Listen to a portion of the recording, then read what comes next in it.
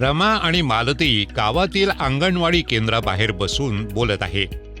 रमा अंगणवाडी केंद्रात सेविका आहे आणि मालती ही जवळच्याच माध्यमिक शाळेत दुपारचे जेवण बनवणारी एक स्वयंपाकीण म्हणजेच कुक कम हेल्पर आहे. तेवढ्यात अनिल भाऊ, जे त्या गावचे सरकारी रेशन दुकानदार आहेत, ते तिथे येतात.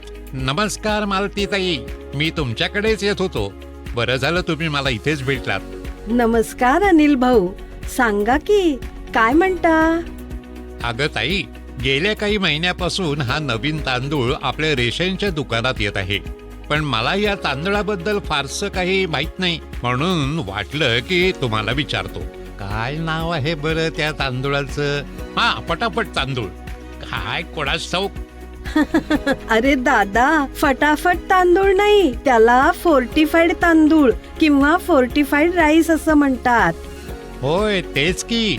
आजकाल सरकार फोर्टिफाईड तांदूळच पाठवत आहे. आमचे सर सांगत होते की आता रेशनच्या दुकानात, अंगणवाडी केंद्रात आणि सरकारी शाळांमध्ये फक्त फोर्टिफाईड तांदूळच मिळणार आहे.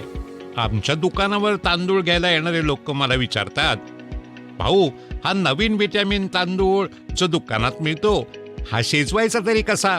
आता मी तर कधी ना भात बनवला ना शिजवला, त्यासाठी मी तुम्हाला विचारायला आलो की हा तांदूळ शिजवायचा तरी कसा? बरोबर केला ना मी? सांगा बरं. तुम्ही अगदी बरोबर केले दादा. मी सुद्धा मालतीताईला हेच विचारायसाठी आले होते. मलाही अंगणवाडी केंद्रात 3 ते 6 वर्षांच्या मुलांसाठी भात शिजवायचा असतो. चला, आज मालतीताई आपल्या दोघांसाठी क्लास घेतील. अहो, मला तर आमच्या शाळेच्या मुख्याध्यापिकाबाईंनी फोर्टिफाईड तांदूळ शिजवण्याबद्दल फार सविस्तर माहिती दिली होती. आणि आता गेल्या कित्येक महिन्यापासून मी फक्त फोर्टिफाईड भातच शाळेत बनवते. पण त्याआधी अनिल भाऊ, तुम्ही जरा मला फोर्टिफाईड तांदूळाचे फायदे तरी सांगा. का नाही?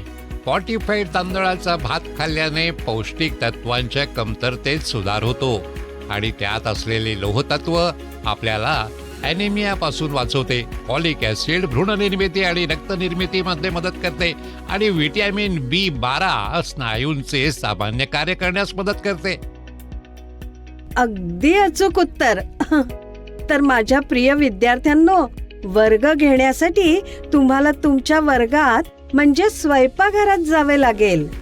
तर चला.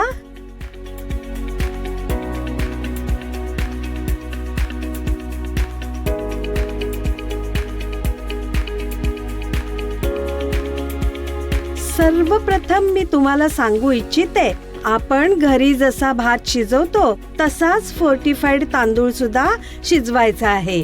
फोर्टिफाईड भात शिजवण्याचे 4 टप्पे आहेत, ज्याला मी नी, ध, भ, श असे नाव दिले आहे. अहो, हे काय? तुमच्या शाळेचं नाव तर नाही? फोर्टिफाईड तांदूळ शिजवण्याचे 4 टप्पे आहेत. पहिला टप्पा नी म्हणजे निवडणे. फोर्टिफाईड तांदूळ निवडताना त्यामधले खडे, घाण आणि दगड आपण काढतो. पण हे तांदळासारखा दिसणारे धान्य, ज्याला आपण फोर्टिफाईड राईस कर्नल असे म्हणतो, ते कधीच चुकून सुद्धा काढायचे नसतात. या धान्यात आयर्न, फॉलिक ऍसिड आणि व्हिटॅमिन B12 सारखे पौष्टिक घटक आहेत. त्यामुळे लक्षात ठेवा, फोर्टिफाईड तांदूळ निवडताना काळजी घ्या. काढा फक्त खडे, दगड आणि घाण, पण कधी काढू नका हे फोर्टिफाईड राईस कर्नलचे दाणे, कारण या दाण्यात आहे आयर्न, फॉलिक ऍसिड आणि व्हिटॅमिन B12 सारखे पौष्टिक तत्व. हे खाल्ले तरच मिळेल तुम्हाला पूर्ण आरोग्य. आता दुसरा टप्पा ध म्हणजे तांदूळ धुणे. बरं, मला सांगा, तुम्ही घरी तांदूळ किती वेळा धुता? ताई, आम्ही तर आमच्या घरी तांदूळ 2-3 वेळा धुतो. बस, मग तुम्ही सामान्य तांदूळ जसा 2 ते 3 वेळा धुता, तसाच फोर्टिफाईड तांदूळ सुद्धा 2 ते 3 वेळा धुवा. हे पहा, आता मी हा फोर्टिफाईड तांदूळ 2 ते 3 वेळा धुतला आणि पूर्ण झाला आपला टप्पा क्रमांक 2. आता पुढचा टप्पा भ म्हणजे भिजवणे. हो की नाही ताई? पण मी असे ऐकले आहे की फॉर्टिफाईड तांदूळ भिजवल्यावर त्यातील सर्व पौष्टिक तत्व पाण्यात विरघळतात.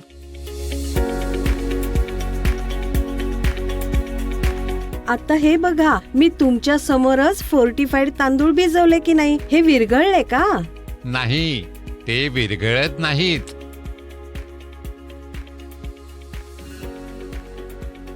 आणखीन एक महत्वाची गोष्ट म्हणजे तांदूळ भिजवताना जर काही धान्याचे दाणे वर आले तर ते फेकून देऊ नका, ते ओल्या तांदळात परत घाला. यानंतर आपण सर्वात महत्वाच्या आणि शेवटचा टप्पा करूया, जो की फोर्टिफाईड भात शिजवणे. भात शिजवताना या गोष्टी लक्षात ठेवा. ज्या पाण्यात तांदूळ भिजवले आहेत त्याच पाण्यात भात शिजवा.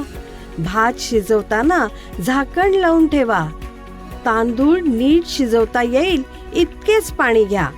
भाताचा कोंडा अजिबात फेकून द्यायचा नाही, हे लक्षात ठेवा. फोर्टिफाईड भात असो का सामान्य भात, झाकण ठेवून आणि प्रेशर कुकर मध्ये भात शिजवतानाही या गोष्टी लक्षात ठेवाव्यात. बघा, हे करून आपला फोर्टिफाईड भात झाला तयार.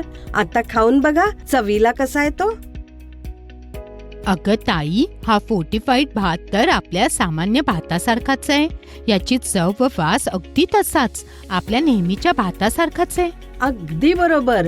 हा भात जास्त पौष्टिक आहे आणि शाळेतली मुलं तर अगदी चवीने आणि खूप उत्साहाने हा भात खातात.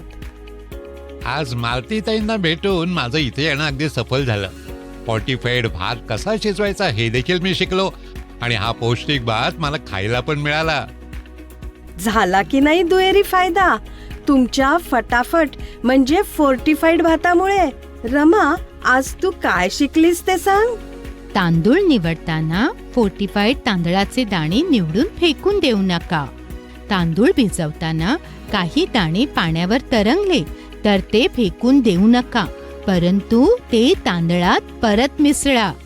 तुम्ही घरातील सामान्य तांदूळ जितक्या वेळा धुता तितक्याच वेळा फोर्टिफाईड तांदूळ पण धुवा, म्हणजे 2 ते 3 वेळा. तांदूळ पाण्यात भिजवा आणि त्याच पाण्यात भात शिजवा. जर तुम्ही सामान्य तांदूळ न भिजवता शिजवत असाल तर फोर्टिफाईड तांदूळ पण भिजवायची गरज नाही, तो तसाच शिजवता येतो. तांदूळ व्यवस्थित शिजण्यासाठी आवश्यक तेवढेच पाणी घ्या.